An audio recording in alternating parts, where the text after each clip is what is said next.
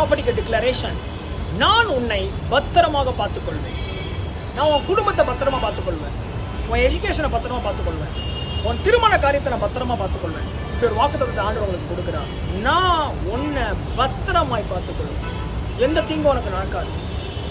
உன் எதிரிகள் நினைச்சதை உன் மேல செய்ய முடியாது. உன் எதிரிகளுடைய எழுத்துக்கள் வாய்க்காது. நான் உன்னை பத்திரமா பார்த்துக்குவேன்.